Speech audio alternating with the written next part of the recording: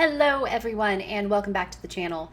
My name's Amanda and today I'm going to be talking about the books that I read in May and doing some recaps and little mini reviews of these books.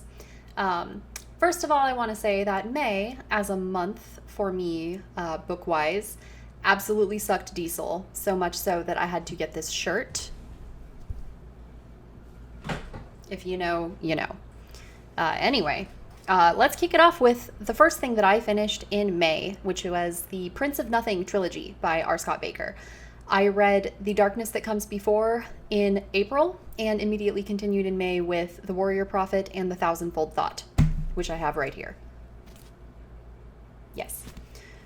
These books are pretty controversial. I've seen quite a few opinions about the violence in them, especially regarding women and women characters in general. This book is grim, it's bleak. The series is dirty and uncompromising in its absolute unhesitation, is that a word? To show the depths of depravity that humans are capable of. We are following a prophet type figure who is very good at manipulating and exploiting the people around him and getting them into his schemes to kind of rebuild the world as he wants to see it. And we follow him through a holy war from its beginnings to its ends. It is full of concepts relating to consciousness and free will, and how humans relate to each other and their gods. And for me, this series really hit with themes and concepts. It is very philosophical. It's just strewn with just nuggets of metaphysical wisdom. And it is written in this archaic way that really does feel like you're reading scripture. I consider Baker's prose to be just absolutely glorious, and the characters and the plot events mattered less to me than the concepts that were being explored. I think there is a much larger conversation to have about these books, and this isn't really the place for it, but suffice it to say, I absolutely loved the Prince of Nothing trilogy, and I do plan on continuing with the Aspect Emperor series. I already have The Judging Eye, and I might be reading this in June. R. Scott Baker's prose, to me, is just magnificent, and I do believe this might be a top 3 series contender for me. So, really loved it, really looking forward to the rest of it. I know that it's technically unfinished, but I, at this point, would read anything Baker writes. I actually have another book of his, Neuropath, that I would like to get to in the future at some point as well. So yes, that was a great way to kick off May for me. And it continued with another really, really good book, one that I've been wanting to read for a while. And that book is Vita Nostra by Maria and Sergei Dyachenko. I read this in just a couple of days, and this was on my to-be-read list because I've heard that it's very, very strange, and it did deliver in that department. The things that I would like to say about this book are, namely, the characters, mainly the main character, Sasha. Her arc and her journey as a main character in this book was stellar. It was magnificently done. The relationship dynamics were very diverse in this book. We have, parent and child relationships, siblings, found family, platonic friendships and rivalries, romance, mentor and student, and all of them are just impeccably written. So from that standpoint alone, I would recommend this book. The magic system is great. I can't really say much more without spoiling it, but it is very well thought out and unique and imaginative, just awesome. But my favorite thing about Vita Nostra was the setting. Generally, with a dark academia or magic boarding school type book, you kind of come to expect that Western Europe, British type, cozy offices with mahogany and tea and quilts and cozy fireplaces. Vita Nostra is the complete opposite of that. It is very Eastern European, Russian. It is stolid. The architecture is brutal. Everything is very stark. It's cold. Rather than, a comfy fireplace, you have a broken radiator. Your hot showers are not guaranteed. the sheets are worn and pinstriped, and everything is just very kind of institutionalized. And that bleakness of the setting mixed with the beauty of the characters and the language and the magic was just incredibly well done. And I absolutely loved Vita Nostra, and I'm so glad I read it. And I did recently learn that Sergei Dyachenko unfortunately passed away recently. And having just found his and his wife's writing, that is, I believe that's a devastating loss for literature, because this book was incredible and it was beautifully written. And I do want to say that the translator, Julia Maitov-Hersey, I hope I said that sort of correctly, did a fantastic job. I didn't find it awkward at all, just beautifully written. And that brings me to a couple of things that I picked up because of Vita Nostra. I did get The Scar, which is another book written by Sergei and Marina Dyachenko. I know nothing about this book. I'm glad it's kind of short, because Vita Nostra was just about a perfect length for me. And hopefully kind of the weirdness and, just that like beautiful, uncanny, unsettling feeling carries over in The Scar, because I've heard really good things about this book. And again, these authors are just incredible. Along the same lines, I did pick up The Grey House by Miriam Petrosian. Another book that's been recommended kind of in conjunction with Vita Nostra due to its Russian school setting and it just being weird and out there. I feel like this is going to give me some Gormenghast vibes with the house. I guess it's kind of its own weird entity, and I was not expecting this book to be as gigantic as it was when I put it in the cart. It is huge.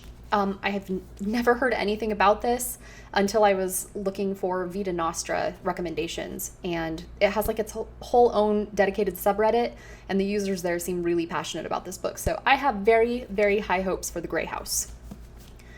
So in other depressing news or books that I read, since Prince of Nothing is quite bleak, I read a couple of post-apocalyptic setting novels in May. And one of them was The Road by Cormac McCarthy, and the other one was Alas, Babylon by Pat Frank. These are two very, very different post-apocalypse books. I would say that The Road is the more pessimistic of the two. I think Alas, Babylon has a lot more of a, I don't want to say happy ending, but a more hopeful ending for humanity.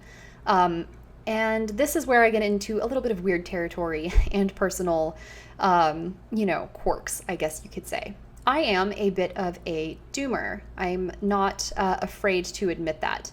I watch way too much news. I read way too many climate reports and about microplastics and overfishing and ecological collapse and environmental degradation and droughts and pandemics and corruption in governments, etc., etc., etc.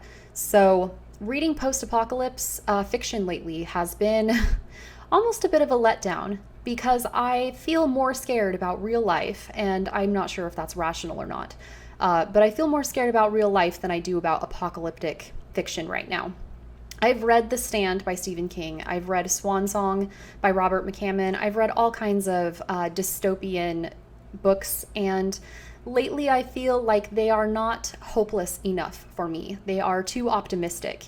Right now, the more concerning or terrifying books that I read are nonfiction, and I'm looking to change that. So if you have any recommendations for apocalypse or disaster fiction that really hits and does not, pose too hopeful or optimistic of a future, I would love those recommendations, because I love this genre, and right now it is just not doing enough for me with what I've been exposed to. However, I would say that The Road is absolutely a masterpiece. I did the audiobook and I thought it was wonderfully performed. Baron over at Your Brain on Books and Jimmy Nuts from the Fantasy Network did a stream about The Road, which they both also read, and have a lot of great insight to that book. So I would highly recommend you check that video out. I will link it in the description for a longer discussion of The Road. So back to lighter topics. Another book that I read in May was Contact by Carl Sagan. And unfortunately, I accidentally listened to the abridged version. Jodie Foster was the narrator, and she did a really good job. I am kind of upset that I accidentally got the abridged version, because now I kind of feel like it's too soon to read the unabridged version, and I feel like I kind of got the gist of it. So I probably will not be revisiting Contact, but I did really enjoy the version that I heard. I'm a huge fan of First Contact stories, and Carl Sagan treats the topic with the tenderness that you know he would. It's injected with a lot of scientific education that is very informative and entertaining, and reminds me a lot of Andy Weir. I wonder if Carl Sagan was maybe an inspiration for Andy Weir. It wouldn't surprise me. And I have read a lot of Carl Sagan's nonfiction, and I love the man. I love what he's done for science communication. I'm such a huge fan that I have him tattooed on my arm. So yeah, Contact was great. Wish I would have read the whole version, but oh well. Speaking of Cormac McCarthy, who I mentioned earlier, I also listened to an audiobook of his book, Child of God. Now, I can't recommend this book. I feel funny saying that it has no literary merit, because who am I to say that? But for me, it really didn't. I think there are, it's a character study. It's a portrait of a really horrific sociopath serial killer. And I think it's been done with much more nuance than it is done in Child of God. I would point to books like Perfume by Patrick Suskind, or In the Miso Soup by Ryu Murakami. I think I'm saying those correctly. I didn't look them up. But those have a lot more value to me and still have that shock factor. I got the same kind of impression out of Child of God as I did with Joyce Carol Oates' Zombie. Somehow it made serial killers kind of boring, and I found Child of God, I don't want to say waste of time, but I also, it wasn't my favorite book this month, and I can't say I enjoyed the experience or got anything out of it, and I'm going to leave it at that. And the last book that I read in May is a book called The Hole, and I apologize, I didn't grab a screenshot of this. I'm going to put the author's name here. I don't have the book either, another audiobook. This was a great book, different than my usual reads, more of a kind of domestic loneliness situation, and it deals with sudden disability and isolation and family dynamics and vengeance and betrayal and, all that small scale drama. It was written very well. I'm not sure who the translator was. Again, I'll look it up and I'll put it here. But it was unsettling. There were parts of it that were very upsetting, but as a whole, it wasn't really anything too memorable. And that might just be me, because I read so much weird, unique stuff that more traditional narratives haven't really been, hitting that emotional connection or that kind of mental stimulation for me. But that is what I read in May, unless I'm forgetting something, which is absolutely possible. I think I picked up a few others that I didn't finish. I definitely didn't read everything that I had planned, but I'm going to try and rectify that. I've actually been able to read a lot more recently, so I hope that continues and I can maybe sit at the big kids table at BookTube parties and actually have something to show for my month. I like this idea of a wrap up. I see why everyone else does it. It's nice to just get your thoughts out about the books that you're reading, and it'll be nice to reflect on in the future, because I forget books that I read pretty easily. So yeah, that was my May. I hope everyone else had a great reading month. I know a lot of people are reading a lot of really good things right now. With the people that I watch on BookTube, there's a lot of remembrance of Earth's past going on, and I am reading The Dark Forest by Cixin Liu currently. I am also right in the middle of The Grace of Kings by Ken Liu, who is an author I really love, especially with his short stories. So we'll see how those go. And of course, I am still in the middle of Gardens of the Moon by Steven Erikson. And I'm going to have some more Erikson coming up soon, because I do plan on reading The God Is Not Willing, and I really want to get to that this month of June. So we shall see how long this motivation streak lasts. But yeah, I hope you're doing well out there. I hope you're reading amazing books. And until next time, see you then.